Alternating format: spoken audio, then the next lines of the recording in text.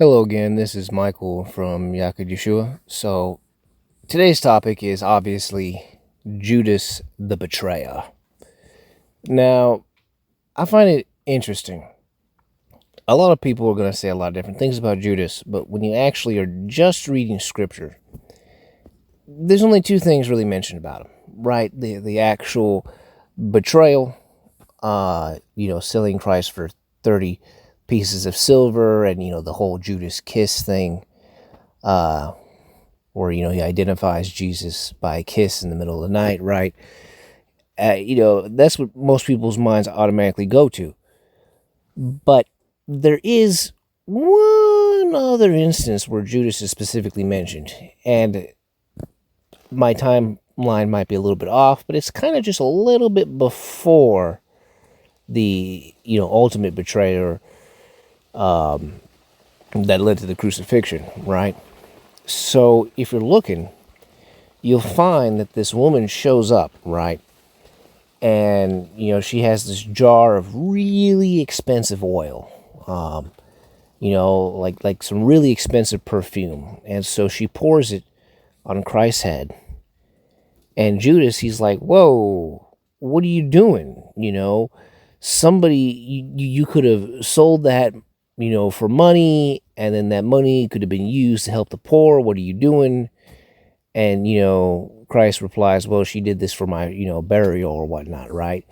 But it's in the text that Judas complained, not because of genuine goodwill, but because Judas was the dude who carried the money pouch. And you see, carrying around this money pouch, he would occasionally take some for himself, right? And it's clear that this behavior had been going on for quite some time. I mean, I don't think this is something that, this wasn't the first instance. This has been going on, and then there's the ultimate selling Christ out for 30 pieces of silver. But the funny thing is that it's clear that Judas always viewed Christ, aka God, aka religion, as a means of financial gain, right? And that's the only real defining characteristic that we have, besides him completely and utterly regretting what he had done, because he knew he had sold out innocent blood for his own gain, which is obviously exceedingly immoral, no matter which way you slice it. So, but it's just really interesting for me that really the only thing that they thought to include about Judas, besides the betrayal, is this instance with this woman, and how Judas wanted, we should do this good thing and use this oil to sell it and help the poor. He said that. But what he meant was, that could have benefited me. That could have, enriched me. He was ultimately out for himself, right? That whole greed thing or whatnot. But I don't want to get too off topic. I don't want to read too much into the text. This is, obviously a more opinionated thing here. But I see this far too often. The mega churches. Well, what's the deal with these mega churches? Are they actually good? Are they actually godly? There was that whole name it, claim it craze that people really bought into. There was the whole, you give it to God, aka me, this preacher, right? Wink, wink. Give it to God, me, the preacher. And God is going to return to you tenfold. Whoa. Yeah, that didn't happen. I mean, I guess circumstance, some people did have some kind of windfall after giving to the ministry, but I mean, that's bound to happen when there's thousands of people doing it, but for the most part, that didn't happen. And, you can't sit there and say, it's like, oh, well, I gave money to the church on Tuesday, and then, the next Tuesday I decided to go out gambling, and then I hit a jackpot. Oh, what a blessing from God. I don't know about that. Statistically, somebody's going to hit that jackpot, and it just so happened to line up that way. If you're going to sit there and say it's a blessing from God, I like to have a little bit more evidence that God was purposefully doing this thing, But that being said, I know a lot of people, this isn't a controversial opinion anymore, but it was all fake. It was all fake. These preachers, they bought multi-million-dollar mansions. They're snake oil salesmen. And it's really unfortunate that there are so many people out there that think it's in any way legitimate. It's fake. It's a fraud. But then see, this kind of brings into a finer issue, because obviously we can look at,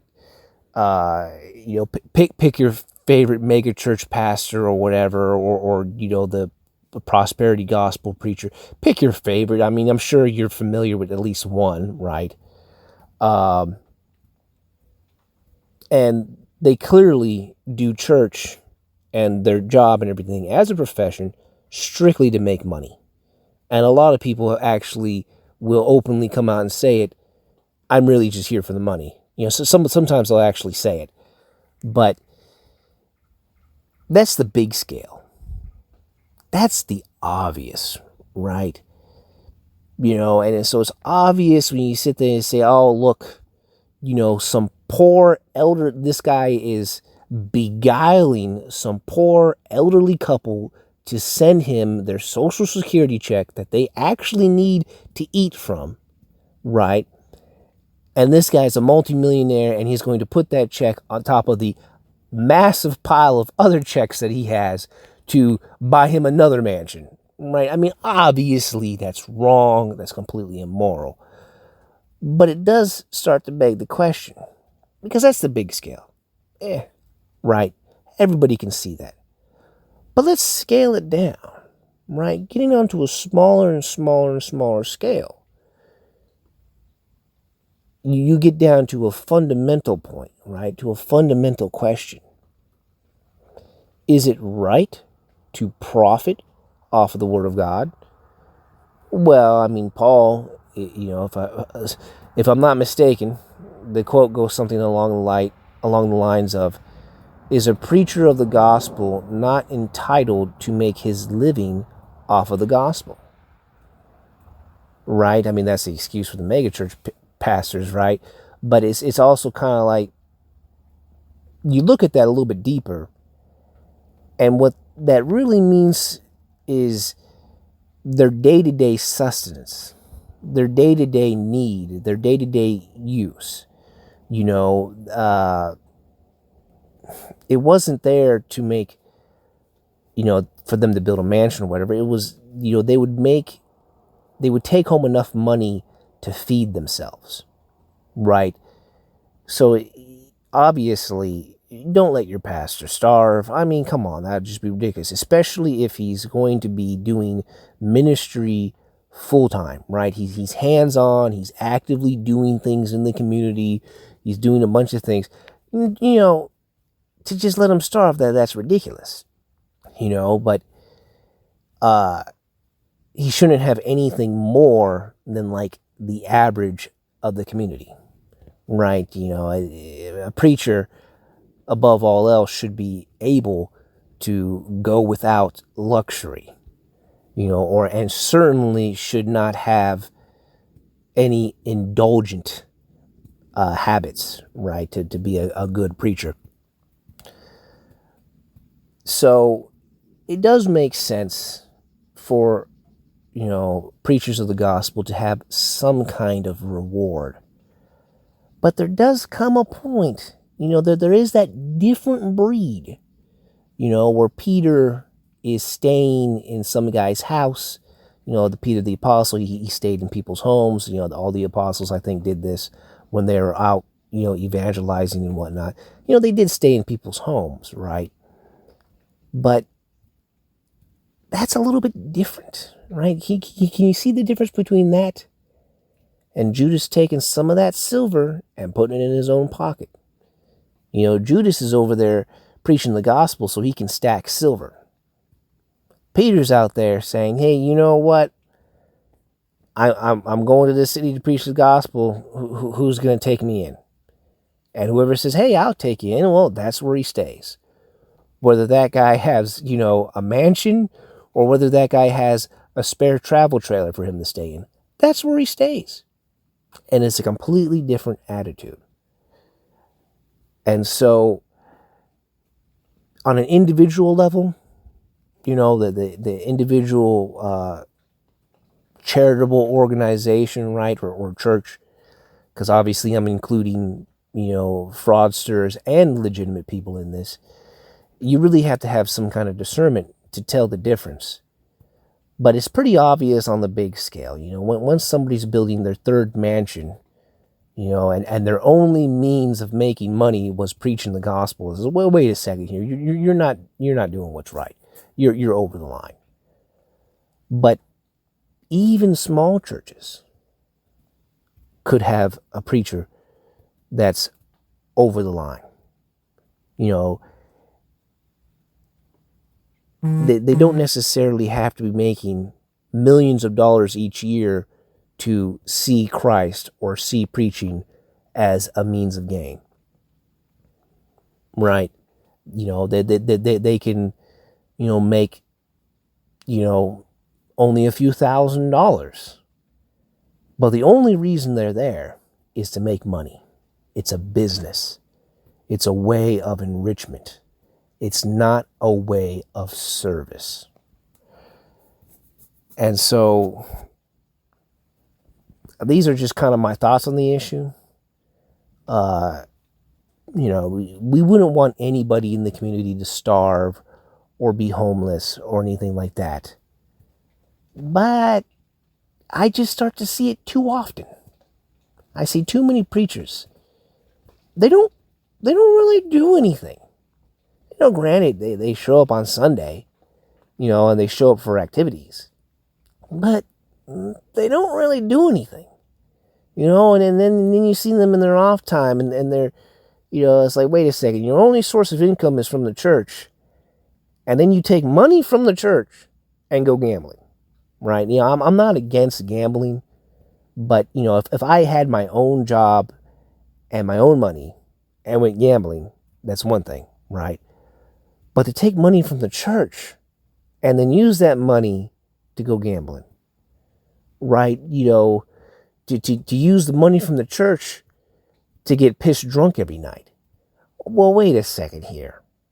And to get pissed drunk, you only need $20, to get the cheapo alcohol if you really wanted to, right?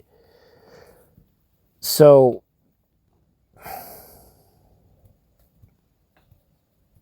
this is just one of those things that you really need to be aware of.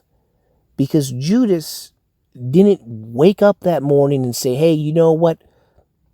I'm going to stab Christ in the back today. No, he was doing small betrayals down the line. And so there's a YouTube channel that I really like, Louis Rossman. He does like right to repair stuff and computer repair. I like his channel.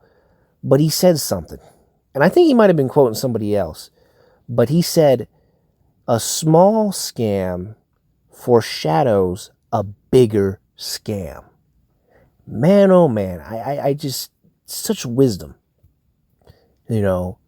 because if, it's like, it goes, I could quote the Bible here too, if he who is faithful in little will be faithful in much, and he who isn't faithful in little won't be faithful in much. And you know what? It's those small scams that you ignore that end up getting you suckered into a bigger scam. And so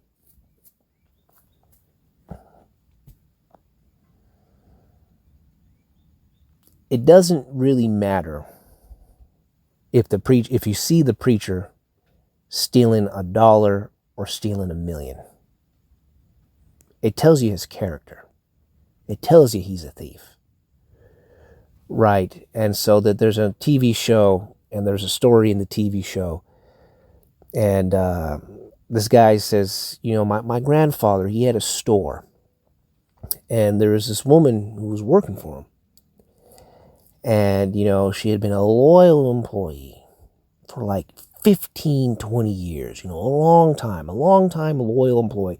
She'd been working there, had no complaints, no problems, nothing.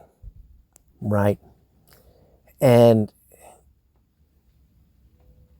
one day, the boss comes in and he sees her, taking $5 from the till.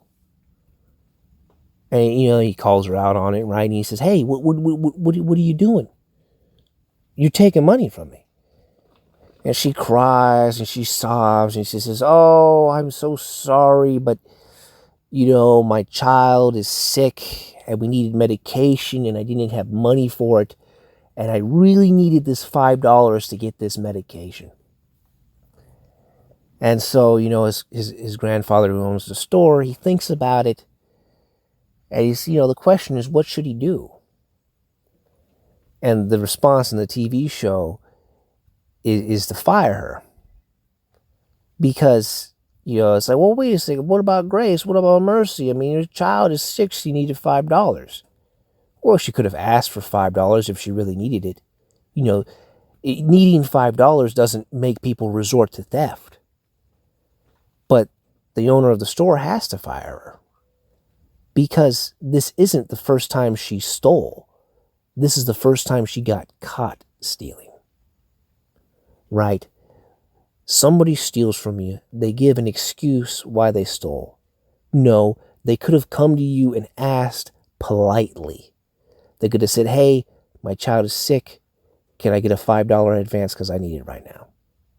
Or can I pick up an extra shift or something to earn a little bit of extra money because I have a need right now. That's the honorable way. That's the right way. Bad circumstances do not force people into stealing. Somebody steals from you, they give an excuse. Nope. This probably isn't the first time they've stole. This is the first time they got caught.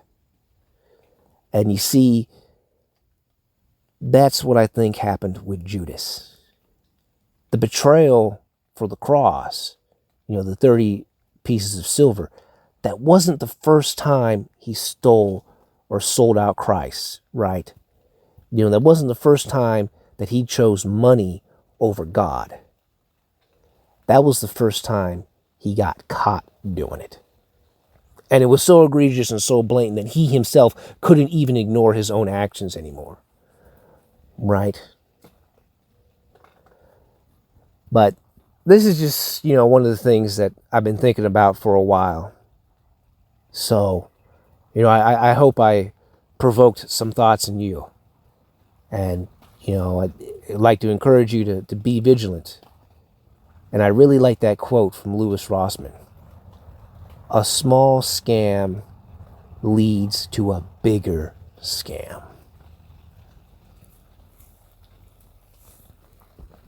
You guys have a blessed day. And thanks for listening to my message today.